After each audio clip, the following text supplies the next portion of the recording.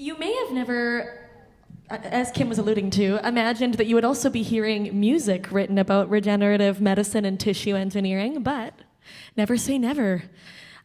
Because we have a couple of tunes to perform for you right now just to kick things off about that very thing. So starting with this one that was commissioned for last year's Termis meeting. This is called My Baby Regenerates Me. I was blue as I could be.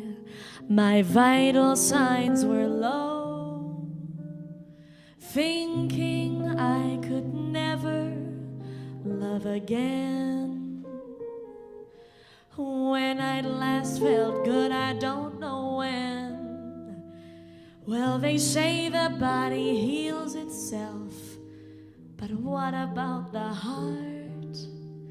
Can you regrow an organ that's grown cold? I'd like to love again before I'm old. My prognosis isn't bad, or so I'm told. 1, 2, 3. My baby regenerates me when I'm feeling blue. When my eyes are red for crying on small tissue, he holds my hand and offers me a new tissue. My baby regenerates me. His bedside manner's gold. When I feel I won't recover, he says, wait for me. Then instills me with amazing pluripotency.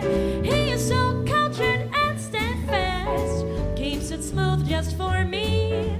Connective like a chondroblast, versatile and relics of my brutally. My baby regenerates me. They certainly couldn't be done. Oh, well, forget about them, 'cause I'm growing back. And my baby, he's my stem.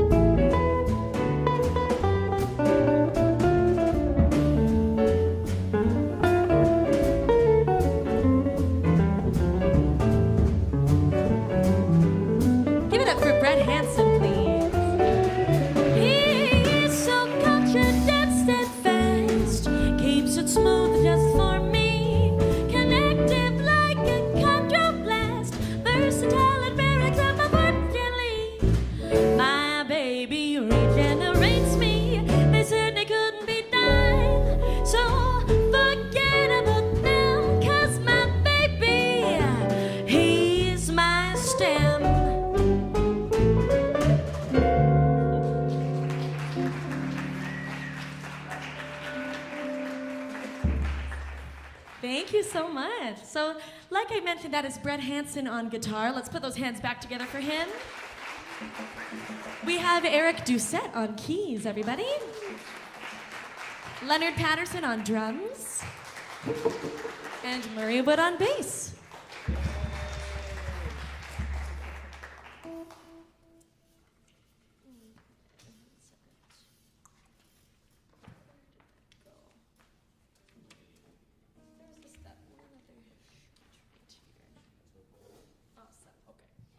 So this next tune, while that last one was sort of comedic, if you were paying attention to the lyric, about trying to, revive or grow a new warm heart capable of love after one's gone cold.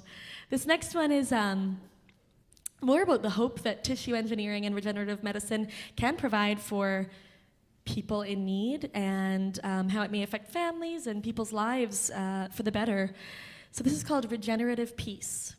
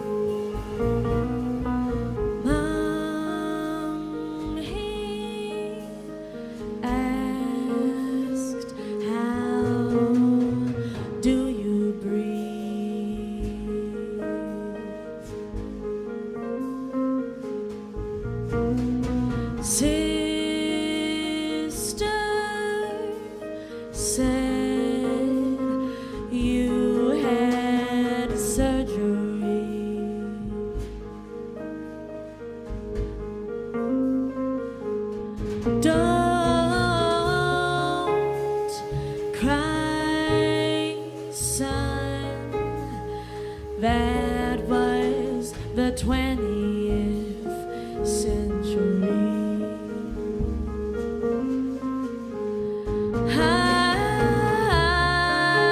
I was stuck waiting patiently with bated breath or lack thereof, 'cause I couldn't sleep, 'cause I wouldn't come. So I bid farewell to all there was in all I loved. And you will never know the fear or cry the heavy tears that come with not knowing. And now, after all these years, you'll look in the mirror and see yourself glowing.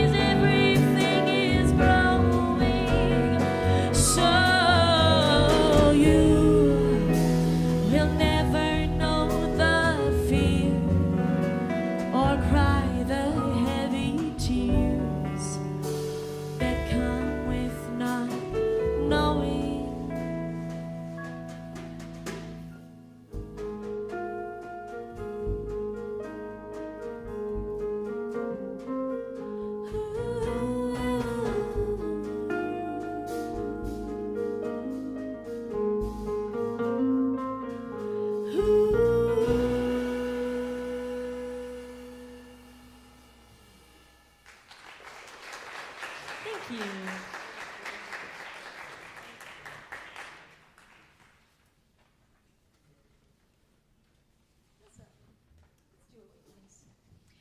So this next tune, I wrote with, this was written years ago, before the future and all that jazz had begun, but it was really interesting because in meeting Kim, or Dr. Soul, as some of you may know him, he kind of presented me with an entire new framework through which he listened to specifically my compositions. In conversation with him, I learned that he was interpreting totally different things that I had anticipated a listener to interpret from my lyrics and from my tunes, and I thought that was so cool because, you know, you write something with an intention, but I think one of the most beautiful parts of music is how so many people interpret these lyrics and just the songs as a whole personally and so differently, and they vary drastically from listener to listener, and I think that's such a beautiful thing. And this tune I wrote called Awakenings, it was upon Kim's first time hearing it. He comes up to me and says, I feel like that tune's about singularity. And I was like, well, maybe it is now. Now I know. But I thought that was so cool, and since then we've had kind of other conversations of the like, and he's always providing such unique and interesting insight. So I thought I'd play that tune for you now. This is Awakenings.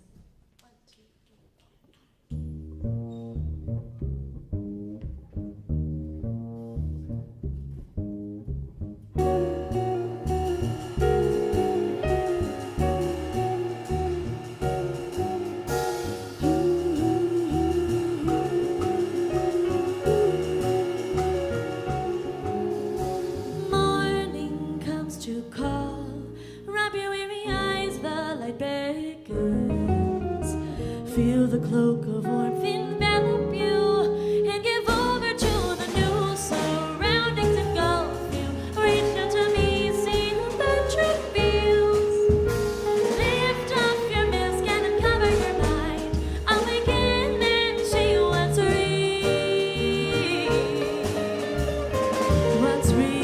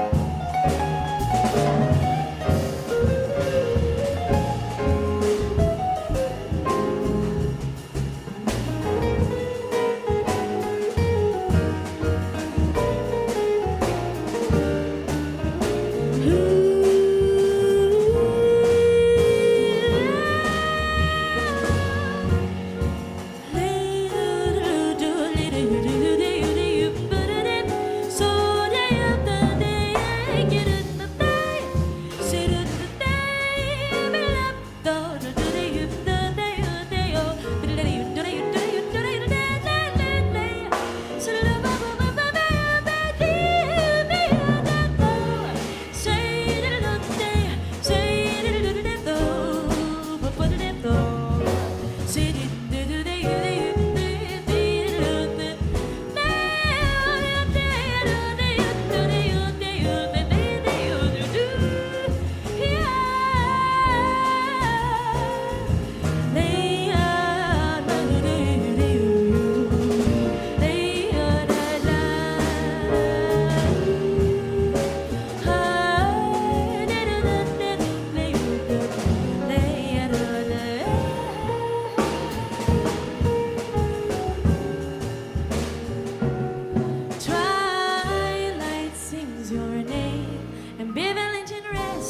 yet you give in.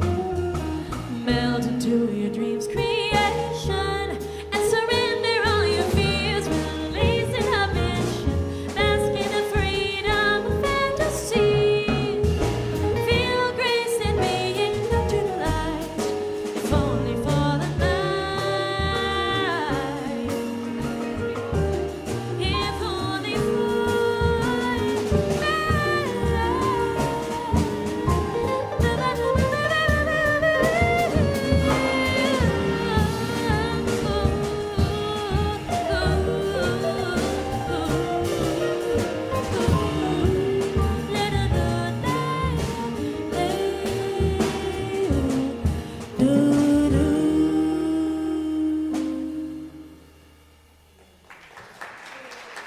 Thank you. So, this next tune is a song I didn't think I'd ever write, and I can't take all the credit for it. An old high school friend of mine, while he was working on his master's in machine learning, was working with a machine that basically was designed to write poetry and be creative in that way, which I thought was like, how fitting with the future and all that jazz. Because we're into machine learning, we're into poetry, we're gonna make it become a jazz tune. So it just seemed like the stars were aligning for us. So, if you listen closely to this, there is basically a meter to the lyric that makes sense. But if you listen to the lyrics, they're kind of silly. They don't make much sense necessarily themselves. And I think this intelligent machine did its best, and they're pretty cool, all things considered. And also, I used a generator to come up with a sequence basically of letters in the musical alphabet to determine parts of the chord progression as well.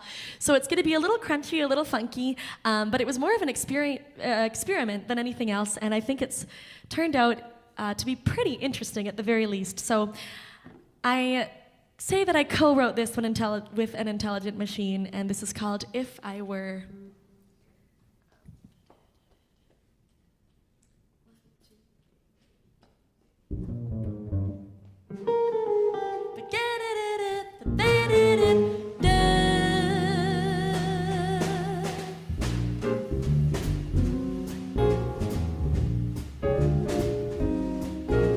If you were a place, I'd be the bed, and if you were books, well, I'd be read. If you were the body, I'd be the feet. If you were a page, I'd be the sheet. If you were you, if you were you, if you were you, if you were you, then I'd be me, then I'd be me, then I'd be me, then I'd be me. If you were living, then I'd be work, and if you were smiling, I'd be your smirk. And if you were pepper, I'd be a spice, and if you were gambling, I'd be your vice. Say little doop dee dee you do. Be little leo, so little leo doop doop dee doop dee dee doop doop dee doop doop. Say little leo doop doop dee doop dee. So you do do doop dee dee dee doop.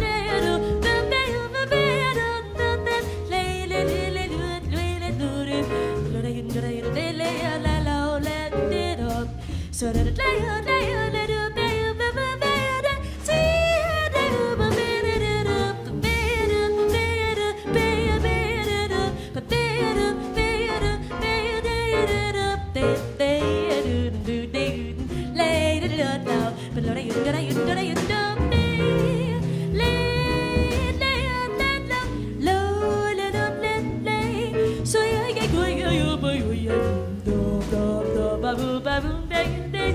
so do do do do do you do let it do low but let it do you do you do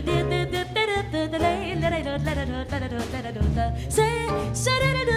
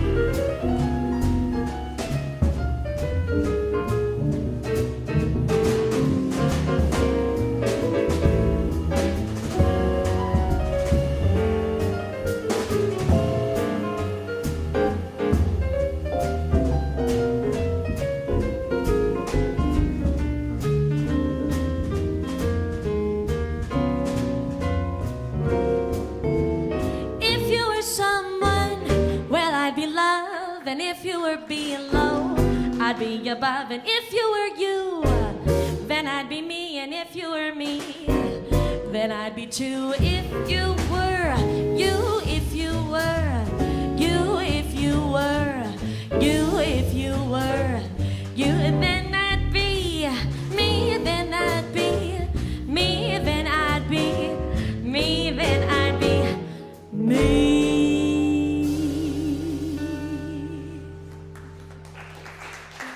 Thank you.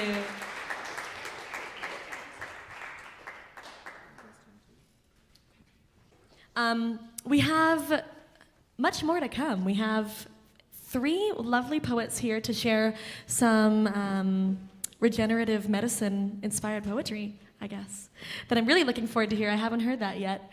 And then there will be a short break, the food break, the legendary food break we've heard all about. And during that time, it's not just a break, it's actually, I guess, your time to work a little bit, because what we'd love is for you to offer the artists some prompts, and then we're going to improvise collaborative music and poetry after the break together based on what those prompts are. So whatever these prompts can be, whatever you can think of, maybe the music you've heard has inspired you, maybe the poetry you will hear will inspire you, maybe it's something you just want to see what happens with and, watch us take a stab at it doing our thing. But get the wheels turning now as you listen and see if anything comes up. So every Tuesday, I go to the poetry reading at the Nook Cafe downtown, sort of behind the Hardware Grill on 97th, if you can imagine that. And you may wonder what passes for high drama at the Tuesday night poetry. And it might surprise you. Most poetry is about love and loss and all those usual sorts of things. And every now and then, there's a scientist poet who emerges, and people get so excited because, I'm on the lookout for scientist poets. So a while ago, Matthew Weigel appeared, and people saying, he's a scientist poet. And yeah, we got so excited, you can't imagine. So I believe he will be the first of our poets to read, and each poet will read 2 poems. And so Matthew, would you like to? You have a choice of situations, configurations here. You can, whichever configuration works for you. I don't even know.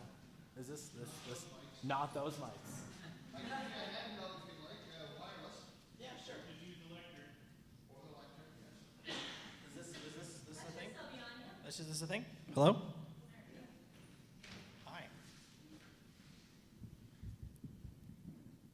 This is so nice. I'm not used to using microphones too much. Actually, going to the Nook was like the impetus for, I have to use a microphone now. So this is an experience. I'd like to give it up to the band one more time. These guys are incredible. Rocking along to that. That was fantastic. So I've got a couple poems to do. The first poem is actually called Hematopoietic Blood Poetic, which, words that may or may not ring a bell in this audience. We'll see how it goes. But thank you so much for inviting me to be here based on the merit of my science poetics, as it were. So here we go. Hematopoietic Blood Poetic. Of creativity from blood and from the marrow, from the reservoir and bone, and so from storage from signals from nitrogen from home. Hematopoietic blood poetic, so metazoan grown, where nucleus instruction set condensed, unraveled, read, repeated, by the ribosome the rhythm read, repeated, membrane wave repeated, rhythm generated, rhythm read, regeneration, read eternal, uncompleted. Hematopoietic blood poetic, marrow blood from nothing make, poiesis conjure cell. Create, set stable, where we're able, hear in song and learning, heard within the eggshell by the bird. A pattern built in generation, registered and listened, so selected, speaking, wrought from parents' thoughts so gathered, so repeated. Hematopoietic, blood poetic, endless writ in rhythm read, establishing poiesis. Gather now as platelets gather. Careful process, create caught. Creation cause development, accumulate as cells divide, accumulate and talk, development. That process of division, but which lacks a concept of subtraction. Hematopoietic, blood poetic, metazoan grown, an arm, tail, tentacle, a twin, a tooth, a clone. An apparatus feeling, feeding, flowing, breathing, pattern in and out in respiration, out and bleeding. Hematopoietic, blood poetic, concentration signal call the volume-centered chemic, bloom of back and forth reaction, equilibrium dynamic. Enzyme pulling, parting, branching, capillary found inside the leg's long bones, a transverse vessel operation carry, sending stem and signals on their path, creating home. Hematopoietic, blood poetic, this is how the blood expands and gathers, how it grows. Thank you.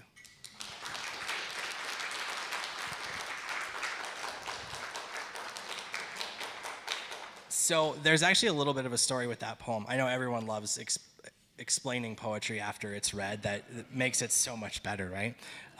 But there was in the Nature briefing on Tuesday, there was a release about a paper released Monday about a discovery of a new part of human anatomy, which is a set of capillaries in the long bones of the legs. And so this is sort of a new explanation for how when you get injected in the leg, medicine, helps go through the system that much easier. So there's, a bit of we're discovering things all the time about humans. It's amazing. All right.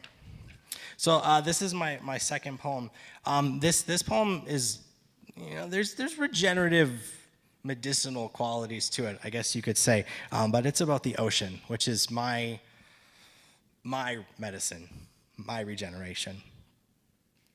It's called To Cop from B.P. Nickel and Walt Whitman mashup. It's called He Sings His Tune As Long As He Can, and this is Ocean's poem. Just 4 billion years ago, our cousin was the sea.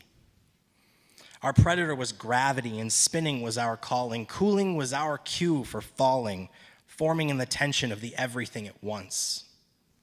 And here, our cousin ocean conjured, hydrothermal altar offered bargain, metabolic balanced, the carbon inside us. And structure so developed, protein, bound atomic synergy, electron-kissed continuous, a sentiment in synthesis of the membrane that conducts. Inside of us are gates of sacred sodium, stretching salty, tearful water over cheekbone calcium from ocean here to us. With hopeful in our hands, where nerve cells cling to feeling, ocean action garbage patch, carbonic acid dealing, twisting plastic consequence of polystyrene dust. In 9 in 10 of bottled water, microplastics found. 9 in 10 of table salts, there's microplastics found. Us, animalia, ocean-bound, our cousins, sponge and coral, reef-lift layered sediment, accumulating mountain, but now the coral likes the taste of plastic more than plankton. And 9 in 10 of people have unhealthy air to breathe. The sky, 400 parts per million CO2, and I don't know what I can do, so I must speak these words to you. Our family, this living, branching landscape, self-conceiving, we are all the mystery of ocean, self-perceiving. Raising hot momentum from the deep, sequestered, seeping, situation insulated from the starshine showing what we are not seeing, that we are the ocean on the land. The bears bring salmon nitrogen to ground, and so the coasts compose the forest. Herons bringing clams to nest, and so the rivers rise above us. Death returns us to the land, combining with the roots so downward bound for water, holding earth together, ever eager for the sea. But death is just another word for singular surrender. All our family of life, the ocean will remember. We were given energy, though hopeful, and energetically we faltered. So if you ever feel reductive, breathe. Please remember. Electron fuzz to caterwaul, everything is never small. And so feel shamanistic, bringing forth conundrum algorithmic. Your math checks out. So bird mask headlong on to healing densities. For you are what the universe meant love song. Thank you.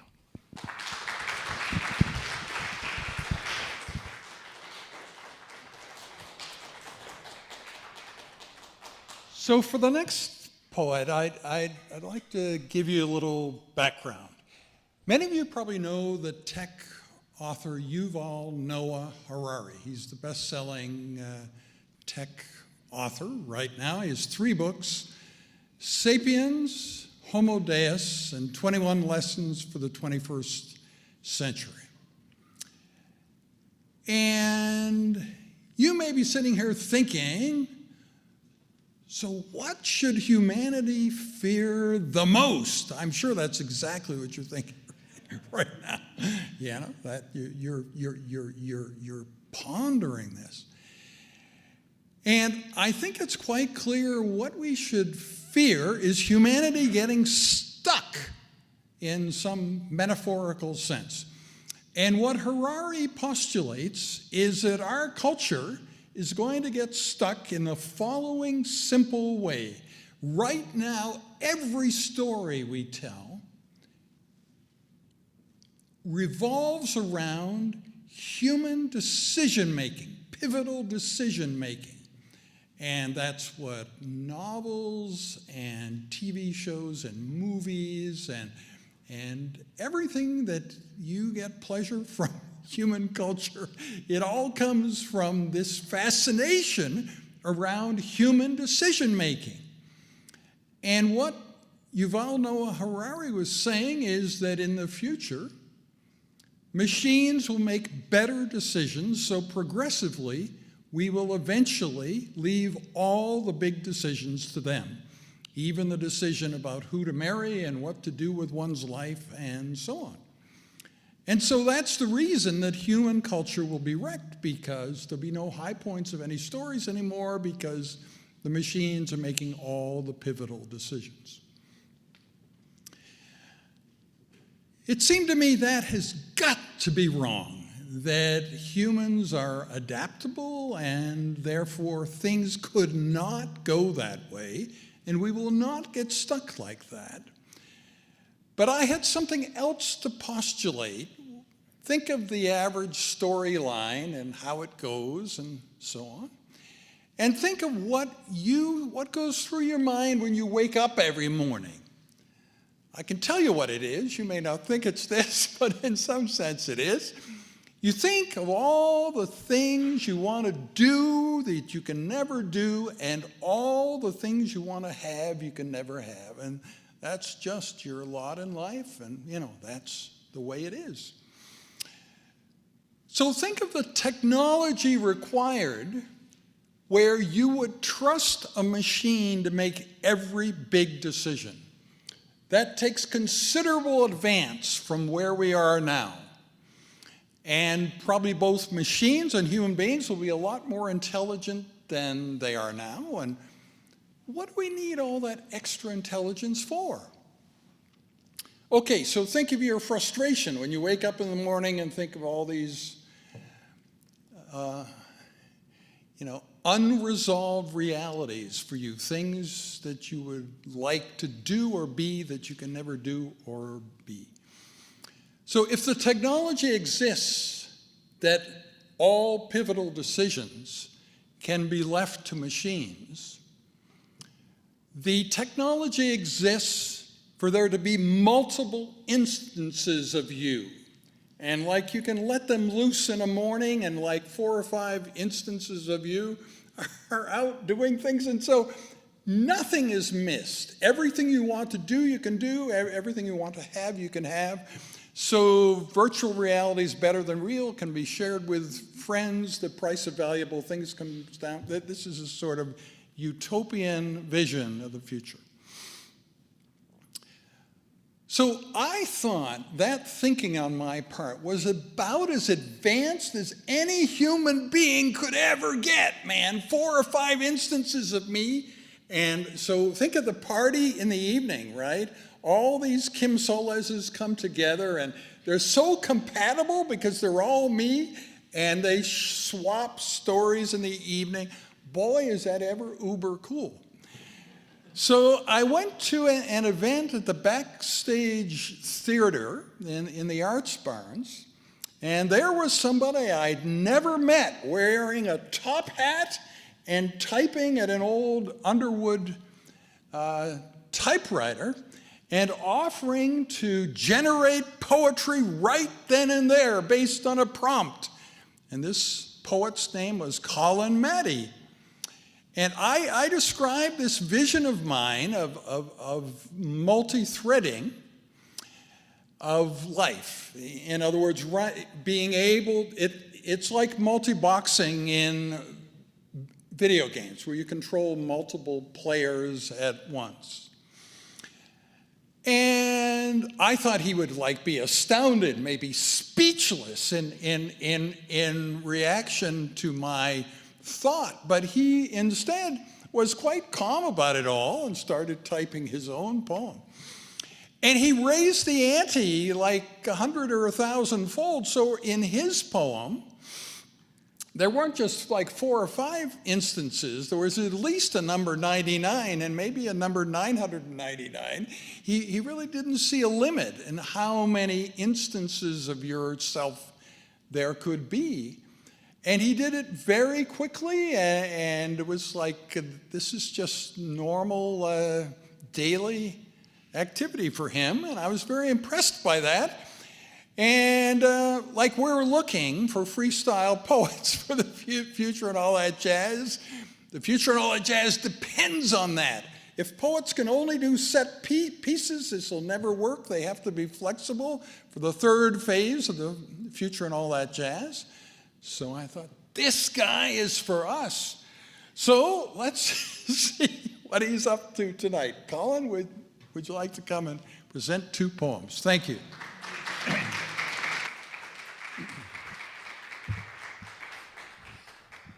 Thank you very much, Kim. Is there a trick to this guy? Great, thanks. Hey, everybody. How's it going? Great. Yeah, shout out to the band. They were incredible. I can't wait to play with you guys a little later. And to Kim, thank you so much for involving me on spur of the moment. This is a really cool project. And yeah, I do a ton of writing off the cuff. And it's something that I get a really big creative charge out of. So thank you for inviting me into the process to participate in that fashion. That being said, when I started to write about this sort of thing, I noticed that when you first started talking about me, it was kind of funny because I think what I've noticed a trend in my writing. I tend to follow things through to their excessive and absurd conclusions. And with this sort of technological thing, the anxiety and the fear that a lot of people have about the future, not knowing, what we're going to do with the economy and food and jobs and the environment, and all that stuff. A lot of that is very present in our lives, as Kim was saying. And I found that when I started to sit down to write about this, that was sort of the flavor that was coming out, something that that was quite impressed by the enormity, the immensity of this shift that we as a society are sort of in the thick of. So I suppose I'll read my poem now. I hope it's not too upsetting for anyone. And I will endeavor to be a little more lighthearted during the improvisational section. But for now, this is a piece that was written as 2, but I think it reads better as 1, and it's called The Age of Infinite Flesh. The biological imperatives in this house of science are rebuffed, while you, pioneers, cartographers for a brave new world, will chart a course for us in the age of infinite flesh. I pray that your morals are not rebuked by your genius. For in the age of infinite flesh, they reopened the Colosseum, combatants regenerated at the halftime, and the fans are wild for it. In the age of infinite flesh, the vegetarians had to come around. No loss of life meant no need to fight that hungry urge to savor the flavor of meat. In the age of infinite flesh, even our chickens ate chicken nuggets. All things were made synthetic carnivorous, the farms shut down, livestock pureed in mercy or adopted unto death. And all our luxurious dining, our hedonism, our gluttony, and powerful thirst was slaked again and again by the good old boys down at the lab who cried, Omni, omni tech, omni all of the tech, omni, omni tech, omni all of the tech. And when our organs began to fail from time and use and natural order, they too were replaced by the good old boys down at the lab who cried still, Omni, omni tech, omni all of the tech, omni, omni tech, omni all of the tech. It wasn't long in the age of infinite flesh before we became sainted cannibals, half man made, without slaughter, without laughter. We devoured the very tissues, the flank and rump and hide that composed our impossible bodies and the life they still demanded. Anything for more life. Anything for more rage against the dying of the light. Death, be not proud. God is dead and we're coming for you next. Long live the new flesh. We are become Lazarus. Our matter, no matter, for the great synthetic revolution. What great spirit or God will we exalt with this new life? Some greater good, more whole and true than we have known in our Piscean stumbling upon this bank and shoal of time? Or will we craft for Ozymandias a new body and mind, give our vast and trunkless legs a corpus to stride across the deserts of tomorrow and make his kingly monuments live again, glorifying in our massive body of work? Alas, my wild conjecture here is useless. We do not know the cost nor the worth of these weighty miracles, these operations that transmute us and our quiet and unsung parts into the liver and gall and limb of other lives. Still, we go on mutating towards our joyful obsolescence. There is no way forward but this. For all that we had lost, the hair, the nails, the teeth, the strength, the will, the memory, all will be remade, drawn up in prototypes on iPads, made real through fantastic procedures, cells reordered, newly designated, relieved from the ravages of time until they could be replaced with stronger stuff. For you too come from a blueprint, schematics long signed, sealed, and delivered. You are a puzzle that can be solved. Indeed, you almost have been. Your flaws and faults, all imposed by the impartial hand of fate, yet in you still subsists some remnant of that prime matter, dormant in the hylomorphic fantasy of waking life, dreaming itself of the womb and all that could yet be, waiting, weird-like, for your prophecy to unfurl. Your nascent days are over. We have nearly mapped the human genome, and it is our road to El Dorado. The unseen splendor of the secret channels within, the rivers of gold, will be discovered and exploited. Damn the rivers, damn the consequences. Our sequences will be ours to sequence. From now on, your essence need not languor in disuse. Your diseases can be extracted. Your excuses, your excess made kinetic. We already recycle our cells on the daily, natural order of the day. We ships of Theseus, sloughing off skin and salt and tooth and nail to allow room for new growth, for the body of the future. We modern automatons, parts replaceable, already grow up in tubes on trains, in rooms of prefab windows and steel. We hulking colossi of flesh and bone, we blood golems sustained by magic's wow, clones of God on REM sleep charged. Will we ever live forever? Something will. Something will, but not us, not like this. For as long as growth continues, our stems will become leaves and leave us. The day is coming when you will be handed the reins of your own biology to embrace the coming unzipping. You may helix yourself a new way to be alive until that life is encountered by tomorrow's. Thank you.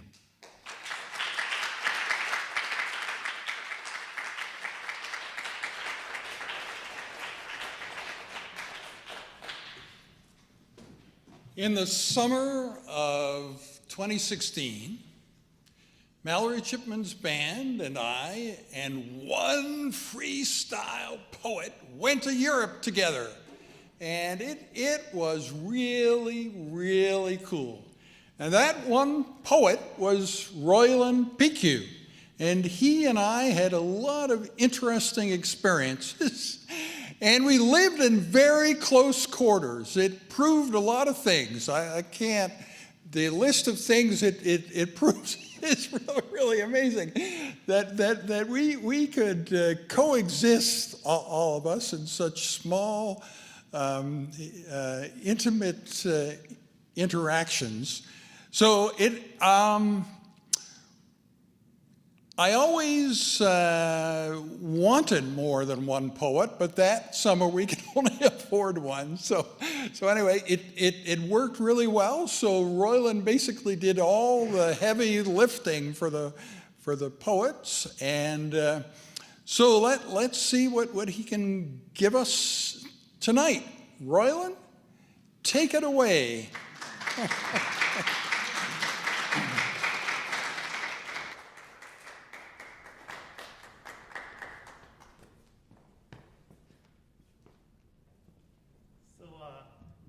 Yes, as you can see, I have no paper here. You guys are my paper.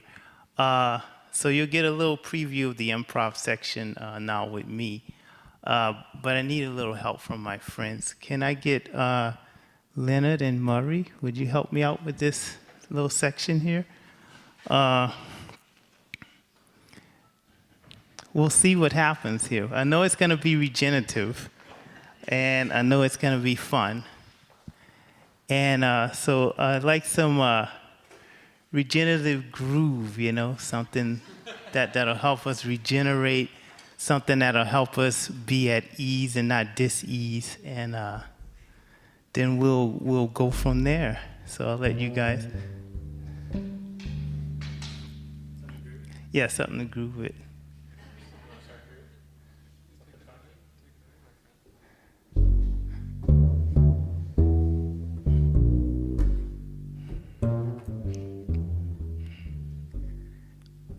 Welcome, my fellow stem cells, to this poetic plastic petri dish, where we will make a wish and our cells will dwell in paradise and twinkle as the bass resonates through our body, helping us to flow, helping us to be induced pluripotent stem cells. And what are we inducing? What are we producing? We're producing more love, baby. We're producing more love. And what is love? Well, love is what we all are. We are all cells in the body of the universe, but the universe is also cells in the body of us, because we are love, baby. And I'm gonna tell you what love is. Love is life, overflowing, vibrantly everlasting. Love is inducing, and love is always reproducing. Love is the embryo from which everything comes forth. So we are also embryonic stem cells, and we have the potential to be anything, anywhere, at any time, happening all the time, right here, right now. I like to coin the phrase, we must allow the wow. Because you see, right now as we sit here, there's trillions and trillions of functions happening in our bodies that we don't know anything about, but we're allowing that wow to be. We're allowing that wow to be right here, right now. And in that ease, we'll wash away our dis-ease.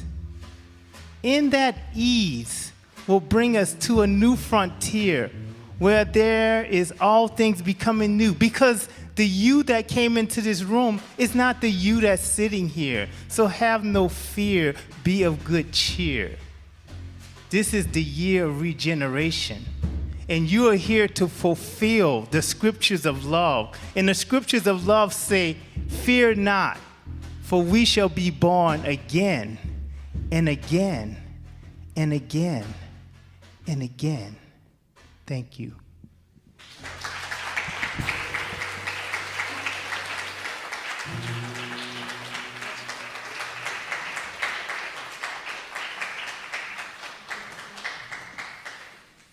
Okay, well now, the moment you've all waited for, it's the pizza and soft drinks.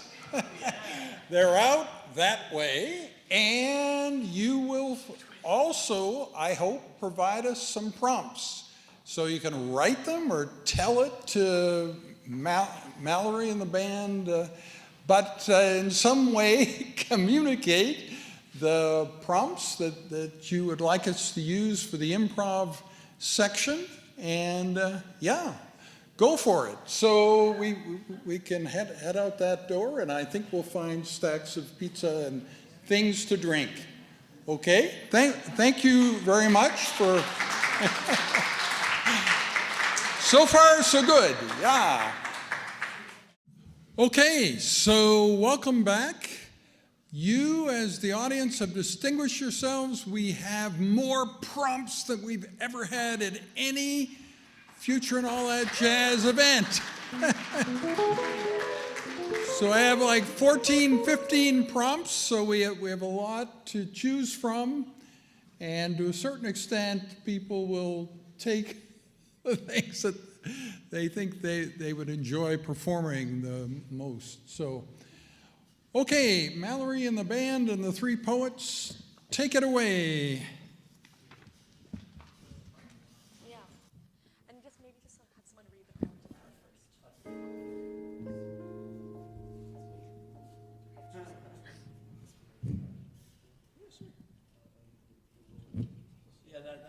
first. Check.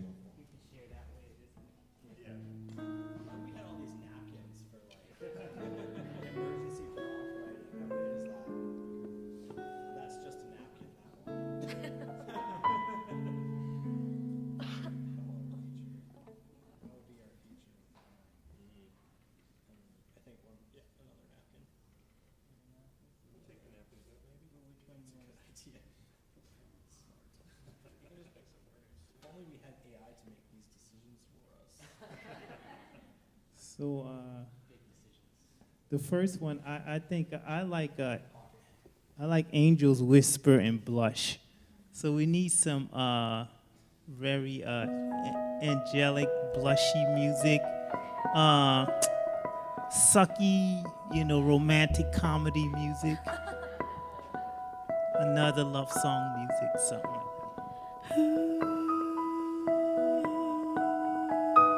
that. Angels, Blush and Whisper. Angels whisper and blush. Angels really get a rush when we make mistakes. They say, wow, what idiots.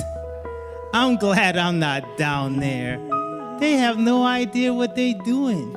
They're such brave hearts, but they're such buffoons. Angels whisper and blush. What do they whisper? I think they hear what we can't see. And they wonder for us. Maybe they dream. They're definitely whispering. Wouldn't shout. Can't see what's going on. Without a doubt. But what they know and what is clear is that they're gonna whisper. From here to here to here to here to here to here. So hie thee hither, near to ear. Open up your eager ear. Listen close as their cheeks flush. The redness rising. Imminent education. Angels whisper, even when we're in our darkest hours, when we think we've blown it. If you listen closely, the angels whisper, I love you, you idiot. I love you. I love you.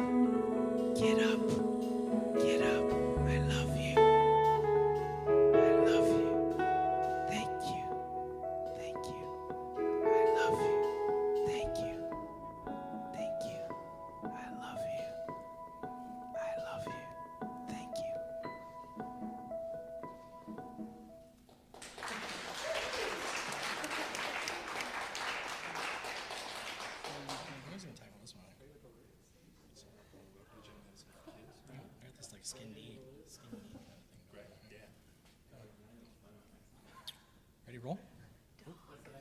The next one is Regenerating Hope, or a song or poem about regenerative medicine for kids. For kids. I don't know.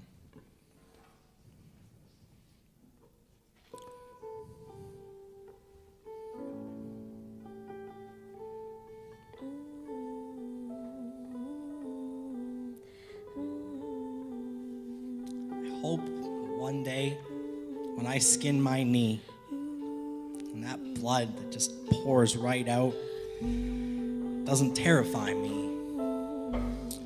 But sometimes you just have to cry, and that's all right. When you're holding your knee, and you're holding yourself, and you're wondering, why oh why did this happen to me? Yes. Regenerating hope. I think children have the secret. They love being on the playground. Because you see, that's where the merry goes round and round and round. Children like going round and round and being merry. And their hope is that I can get to play again and again, because children know that this world is one big playground. They look at the birds play. They look at the dolphins. They look at the bees. They look at the trees sway in the wind, and they say, yes, there's hope. There's hope. Hope floats like a cloud. There's hope. Children. At the School of Hard Knocks, where we all take our lumps, our bumps, and our thumps, the things that we learn that we all must unlearn, the trials and tribulations of our rudimentary education. None of us escape the ravages of youth. We are all born into adulthood with scars and with truth. What we find is that the children inside never die. Instead, they are bred, they are raised, and they are born in many ways on every day. Regeneration begins with generation. And the generation of today regenerates every day. The things we thought we'd learned before, and the things we've yet to know. The places we thought that we had seen, and all the ones we've yet to go. As long as we keep healing, we people will keep feeling. And so the world keeps on reeling. Yes. Keep hope alive. Keep hope alive. Keep hope alive. The children teach us to keep hope alive. Thank you.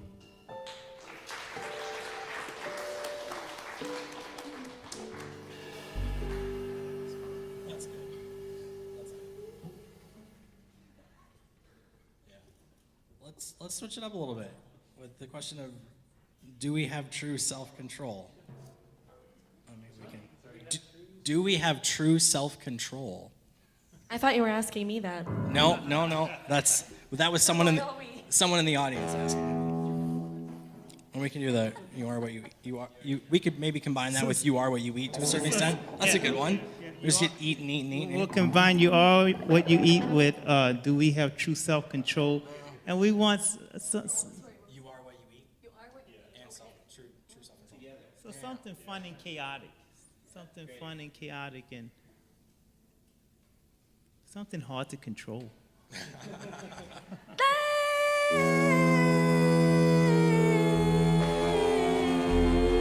Oh, should I go to Dairy Queen, or should I get a cucumber? I think I want a burger. I think I want some olives. What do you want, Colin? I want all of it. Because if I eat it, I will be it. So I'll eat it and I'll be it. I'll get a Big Mac burger and I'll eat it in a hurry. I'll get a big business tower, and I'll eat that with some curry. Before too long, I'll be big and strong, just like the giants were. You know, those giants whose shoulders upon which we climbed not too long ago. Turkey dinner, mashed potatoes. I think I might turn into a potato eventually if I eat enough of them. But control, the timer goes. And I don't know. Here we go. More potatoes, more pizza. That pizza was so delicious. Oh my goodness. I just had a French fry. Does that mean I'm becoming a Frenchman? Is this all getting out of control? If I am what I eat, then If you is what you eat, then you is a potato. And it would seem that the eyes have it, a potato. as the eyes might want it. Oh, I see. So I'm totally out of control. Control is an illusion. I've come to the conclusion that control is an illusion because right now all I want to eat is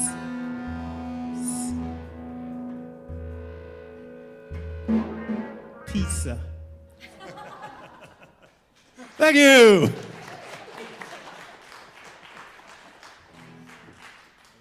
Let's see what we got else here. Please obtain consent for research from your local laboratory rabbit/rat. I like that. Yes, let's do that. Consent, animals, lab work. Great.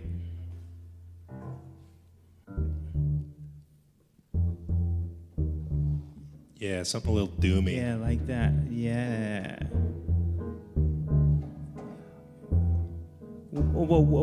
What's up, Doc? What am I doing here in this cage? What's all the rage? What's up, Doc? Is there a string attached to that carrot? Am I a part of another experiment? Am I being ratted out? Well, guess what, creature? You're the feature. For this research, we're about to compose. And I don't know what's gonna happen. What I do know is it's not gonna go well for you. Well, now wait a second, Doc. I didn't sign up for this. I just wanted a clinical trial to try out these new carrots. I think I'm having second thoughts. Would you put me back inside the box that I arrived in, with holes that I can ride in and breathe through? You knew that they would do all this to me? Shame on you. Put me back in that box, Doc. I don't want to talk. I want to flock back to the woods and the meadow where I grow. I don't deserve this, and I hope you know that. Doc, from a rap perspective, all this is very cheesy to me. It's extra cheesy. It's blue cheese. It's very micey. And I'm a rat. I'm a grown rat. I'm not a little mice. You have my soul on ice. I didn't even sign a consent form. I didn't even get on the internet to say I agree. I'm not a robot. I'm not artificial intelligence. I am a natural creature. And now I'm the feature of this? Are you gonna turn me into a Frankenstein, a Rattenstein? This is blowing my mind. Listen, Rabbit, all I know is I'm the doc. And although there's no protocol for when the animals talk, I do know that you are the sample. And here, today, we'll set an example. We will get consent, and I will ask of you, do you, Sir Rabbit, wish to be used? It's curtains. It's curtains. It's curtains. It's curtains. That's right, Mr. Rabbit. You are gonna be tested, put on trial, experimented, expedited to the next level. We're gonna find out what makes you tick. Silly rabbit, tricks are for kids. You should have learned that out in the meadow. Where will we go? or I'm gonna get your sherry rabbit, I'm gonna have some rabbit stew, and that's gonna be the end of you. Dinner served. Thank you.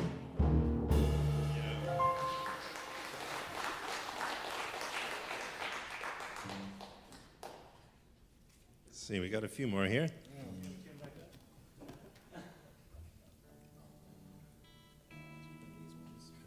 Maybe two more?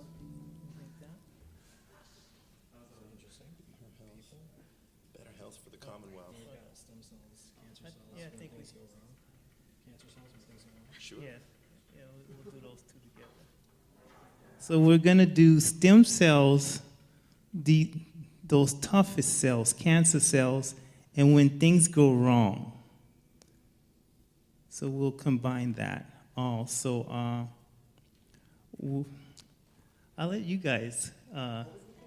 Stem cells, those toughest cells, cancer cells, and when things go wrong. Is that 3? Or is it? That's two put together, yeah. You can make it kind of country. It'd be fun to do this like country style. That sounds like a country song. My truck broke down, my girl left A little me. honky tonk. I got cancer and I don't know the answer. When things go wrong. When things go wrong. Oh, so wrong. I sing this sad song. Because things gone wrong. Colon, there's some tough cells there, them cancer cells. When things go wrong, tell me about that. Tell me your song. Well, when things ain't going right, it always seems to be night. Oh, yeah. And even the brightest light can't shake away that cloud. Oh, yes. All the things inside of us that seem to strive against of us, they call themselves cancer cells. But thankfully, those stemmy cells, those toughest of cells. And when things go wrong, we look to them, and they've got answers. Those toughest cells. When things go wrong, you have to turn this sad song into a love song. And I say to them cancer cells, now you're getting out of control, but I'm gonna tell you, you're not gonna win this thing because love never fails. So I'm gonna tell those cancer cells, I love you, but you got to go. I love you, but you got to go. I love you, but you got to go. Because this is a regeneration, celebration, regeneration. So pack up your bags and hit the road. I don't want to see those cancer cells. Get out of my body, out of my mind. Get me out of time. I want to live forever. I want to be a ghost. I want to be a man who's got the most experience down under his belt. I want to feel the things, all the things have felt. I want to see the world through a baby's eyes. Oh, yeah. I don't ever want to die. So give me those stem cells, the toughest of cells. Put them right in me and see, oh well.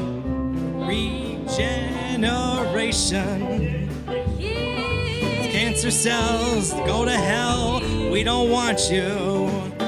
Hit the road, Jack, and don't you come back no more. Hit the road, Jack, and don't you come back no more. You might be tough, but you're not tough enough because my love has got the right stuff. Hit the road, Jack, and don't you come back no more. Bye-bye. When things go wrong. Hasta luego.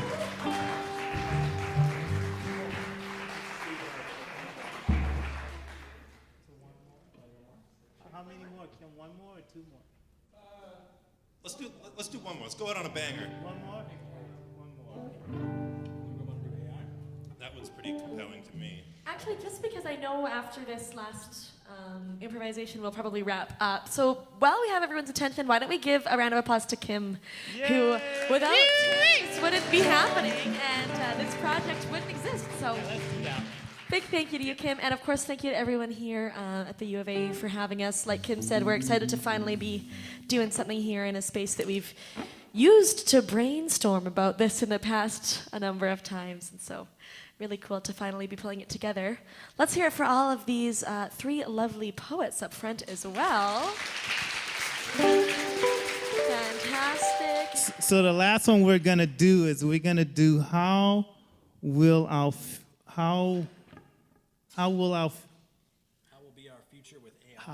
future with AI? So I guess we want something, kind of mixture of salt and pepper, sad and, major minor kind of play. That's music, right? Yeah. Major and minors, right? Unknown territory. So, how will the future with AIs? There's a renowned author that's saying that all the stories will be told and that humanity will be sold because the machines will make all the big decisions and all the choices. But I say, let the poet ring and tell them with their voices. Poets speak. Those algorithmic indecisions, things created, things elaborated, things decided, things so complicated. And I don't know what our future will be with AI, but what we can do together is reach the sky. Humanity will never be sold as long as humanity holds on to its soul. That old burning coal inside of us old that keeps us warm on nights so cold. When we grow, we will grow together alongside our new AI companions, those onions of circuitry and electricity, those new organisms that's not so different from yous and eyes, but wear their ones and O's on their sleeves instead of their hearts. The art of communication will be what keeps us alive in our future with AI. If we cannot see a way to be with them, they will not see a way to be with us. So charity and justice is the just way to do this. Our future with AI. Dr. King said we must live together as brothers or perish as fools. So our future with AIs has to be a future of cooperation and regeneration. And again, to all the pessimistic prophets, I say, did you see the first Jurassic Park? When the scientist says, life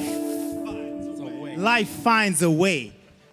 Life finds a way because life is awesome. Life finds a way because life is beautiful.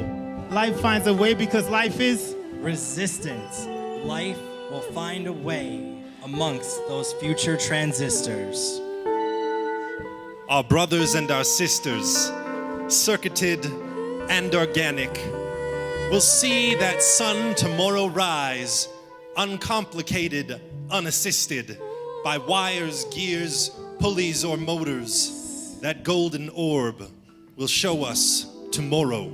Hallelujah, brother. Hallelujah. Life finds a way. I have a dream that life finds a way. I have a dream that the AI machines are not our enemies, but they're our friends. I have a dream that life finds a way because life is for life. I have a dream that the future is bright and full of cooperation and regeneration. Keep hope alive. Keep hope alive. The future is bright, but we gotta keep hope alive. Thank you.